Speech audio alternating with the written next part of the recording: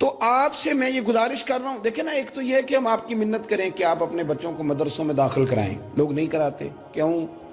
اس لیے کہ وہ یہ سمجھتے ہیں کہ شاید یہ جو مدرسے کا ماحول ہے یہ لوگوں کو مسجد میں بیٹھنا سکھاتا ہے۔ ان کا یہ خیال ہوتا ہے کہ شاید یہ ایک ایسا سسٹم ہے کہ جو باقی ساری دنیا داری سے دور کر دیتا ہے۔ میاں ایسی کوئی بات نہیں ہے۔ اللہ تبارک و تعالیٰ اتنا کریم ہے کہ اب تو بینکوں والے آ کے منت کرتے ہیں کہ ہمیں کوئی عالم دیا جائے تاکہ ہم اس سے رہنمائی حاصل کریں۔ میں تھوڑا سا دنیا میں گھومتا ہوں، ہر شعبہ ہے زندگی کا، آدمی گزارش کرتا ہے کہ ہمیں کچھ فکری طور پر ضرورت ہے، کوئی شخص ہمیں ملے۔ تو علماء تو دنیا بھر میں خدمات سر انجام دے رہے ہیں۔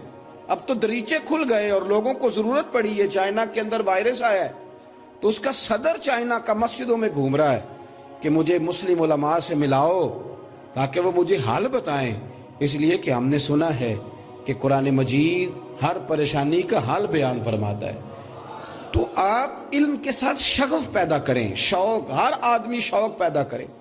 اور نبی پاک صلی اللہ، ایک تو قرآن مجید نے وہ فرمایا نا کہ ایک جماعت ہو جو نکل جائے سارا کچھ چھوڑ چھاڑ کے علم کے رستے پر۔ وہ لوگ ہیں جو مدارس کے اندر بیٹھ گئے، وہ الحمدللہ کام کر رہے ہیں، لیکن نبی پاک صلی اللہ علیہ وسلم نے عام آدمی کو بھی یہ حکم دیا کہ یا عالم بن جاؤ، یا علماء کے شاگرد بن جاؤ، یا علماء کی صحبت میں بیٹھنے والے بن جاؤ۔ فرمایا کچھ نہیں نہ ہو سکتا تو چوتھا کام کر لو، علماء سے پیار کرنے والے ہی بن جاؤ۔ ہمارے ہاں بڑی سازش کر کے نا لوگوں نے، خیر اس سازش میں تو بہت سارے علماء کہلانے والے بھی شامل تھے، ایک پوری سازش کی گئی۔ وہ بھی جب علماء کے بارے میں تقریر کر رہے ہوتے ہیں کچھ لوگ علماء کے خلاف اور دینی کے خلاف، وہ بے شک وہ قوم کو راضی کرنے کے لیے کر رہے ہوتے ہیں، لیکن ان کی باتوں میں اتنا کچا پن ہوتا ہے کہ اس سے لگتا ہے کہ اظہار بیزاری ہے، مولوی شاید کسی خوفناک آدمی کا نام۔ یہ تھوڑے دن پہلے ہمارے وزیر مملکت صاحب نے اسمبلی میں کھڑے ہو کے کہہ دیا کہ وہ ایک مدرسے کے استاد نے بچوں سے کہا کہ نشہ کیا کرو، ذہن تازہ رہے گا۔ لوگوں کو شرم نہیں آتی؟ آپ مدرسے کا نام بتائیں، آپ ذکر کریں۔ وہ کسی یہ تصویر دیکھ لیں جی، ایک مولوی صاحب نے مارا ہے اور مار مار کے کمر پہ لاشیں ڈال دی۔ آپ کو یہ کام صرف مدرسوں میں نظر آتا ہے یا سکولوں میں بھی ہے؟ نشہ جو ہے وہ کیا ایک استاد نے مدرسے کے، اور وہ بھی خدا جانے ہم تو ماننے کو تیار ہی نہیں، اور ہم بغیر کسی تفریق کے کہتے ہیں کہ کسی بھی مکتبہ فکر کے ادارے میں ایسا نہیں ہوتا، لیکن یونیورسٹیوں میں جو نشے کی حالت ہے وہ کسی سے ڈھکی چھپی ہے، وہ آپ کے ادارے ہی خبریں شائع کرتے ہیں۔ لیکن ایک منظم سازش کی جاتی ہے، ایسا نہ کریں۔ اور ہم نے ایک ماحول بنا دیا ہے، ایک بہت بڑی تفریق علماء کے درمیان اور عوام کے درمیان ڈال گئی ہے، وہ قریب نہیں آتے، قریب آئیں، علم حاصل کریں اور عمل کے ارادے سے کریں۔ امام مالک رحمت اللہ علیہ کے ایک شاگرد تھے، تو وہ کبھی مہینے کے بعد آتے، کبھی 1.5 مہینے کے بعد آتے، اور آ کے امام صاحب سے کہتے حضرت صاحب 3 حدیثیں سنا دیں۔ کتنی جی؟ نیند آ رہی ہے آپ کو؟ صحیح گل دسیا جی، میں نے ڈھیلا ڈالا خطیب ہوں نا تو پوچھ لینا زیادہ اچھا ہے۔ اگر آپ کو آ رہی ہے تو مجھے آپ سے زیادہ آ رہی ہے، تو میں ویسے جلدی چھوڑنے کا عادی ہوں، بڑی جلدی بات ختم کرنے کے قریب آ رہا ہوں۔ عزیز دوست، وہ کبھی 1.5 ایسے عجیب شاگرد، ہمارے تو خیر یہاں بہت سارے شاگرد ایسے ہوتے ہیں کلاسوں میں مرضی سے ہی آتے ہیں، تو وہ ایسا شاگرد تھا کہ وہ 1.5 مہینے کے بعد آتا، اور جب آتا تو امام مالک رحمت اللہ علیہ سے آ کے کہتا حضور مجھے 3 حدیثیں پڑھا دیں۔ تو امام مالک رحمت اللہ علیہ اپنی سند کے ساتھ 3 احادیث روایت فرما دیتے، وہ چلا جاتا۔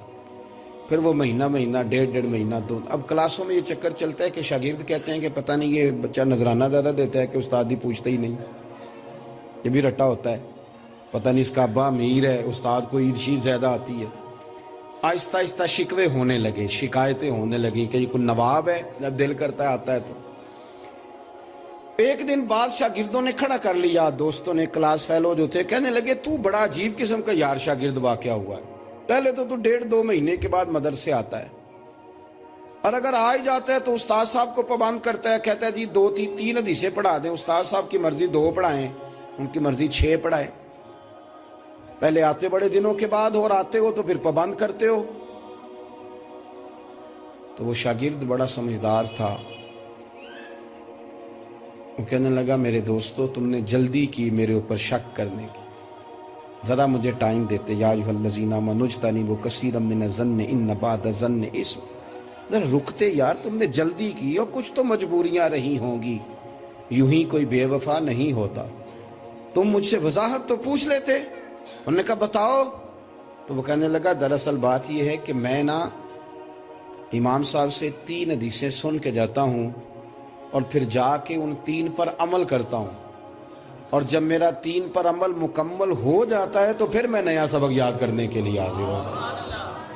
میں کوئی گورکھ دھندا نہیں سمجھتا, میں کوئی الفاظ کا ذخیرہ اکٹھا کرنا ضروری نہیں سمجھتا. میں سمجھتا ہوں کہ دین عمل کے لیے آیا ہے دنیا میں, تو میں عمل کے رستے میں سفر کرنا چاہتا ہوں. میں سیکھتا ہوں جو باتیں, ان پر میں پہلے عمل کرتا ہوں. میں نے نا اپنے حضرت صاحب کو دیکھا, سیدنا حضور تاج الشریعہ رحمۃ اللہ علیہ, وہ جب جاتے نا سجدے کے لیے تو 1 سیکنڈ پہلے, بس 1 ساتھ پہلے سیدھا گھٹنا زمین پہ رکھتے, پھر دوسرا رکھتے. تو تھوڑا تھوڑا جس آدمی کا کتابوں سے تعلق ہو اس کو بیماری بھی ہوتی ہے کہ یہ کیا ہے, یہ کس طرح کر کے ہے, تو ہونا نہیں چاہیے تھا وہ میرے خیال. بعد میں کسی دور میں جا کے جب بہار شریعت کو دیکھا تو اس میں مسئلہ لکھا ہے کہ اگر سیدھا گھٹنا پہلے جائے تو یہ مستحب ہے, یہ اچھا عمل ہے.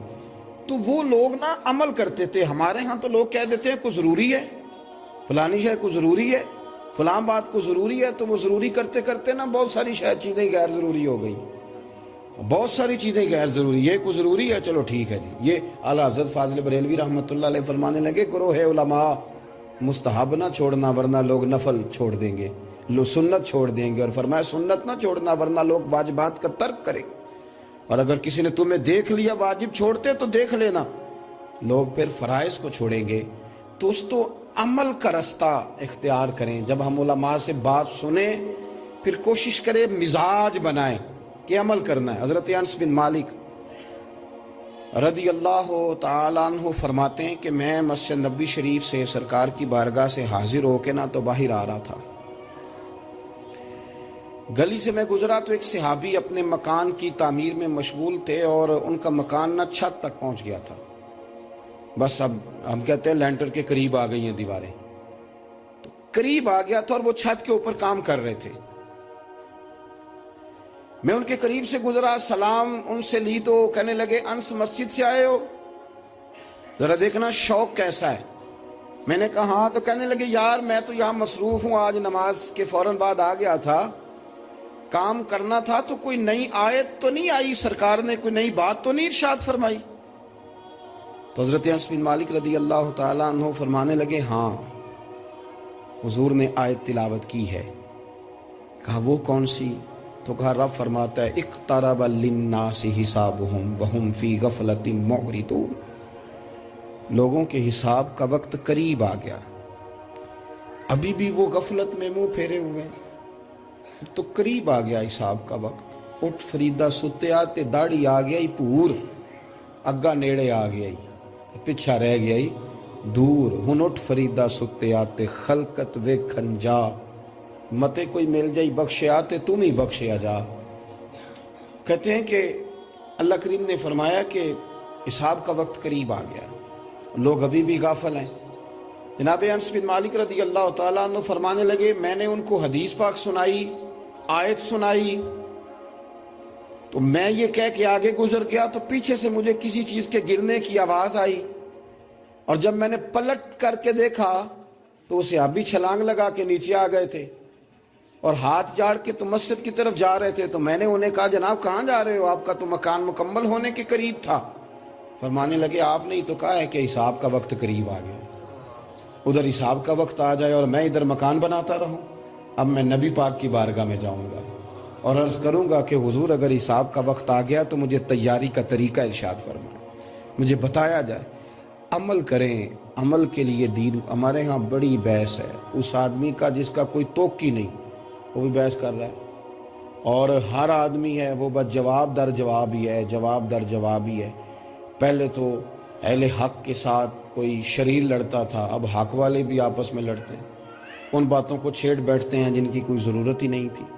لوگ پوچھتے ہیں کھڑا کر کر کے کہ کیا دین ابھی ہر شے طے ہونا باقی ہے, کب تک الجھاؤ رہے گا, کب تک. وہ جو بالکل بیچارہ دور ہے دین سے, اس کو کچھ پتہ ہی نہیں ہے, وہ سمجھتا ہے کہ یہاں تو شاید ابھی ہر شے طے ہونی باقی ہے.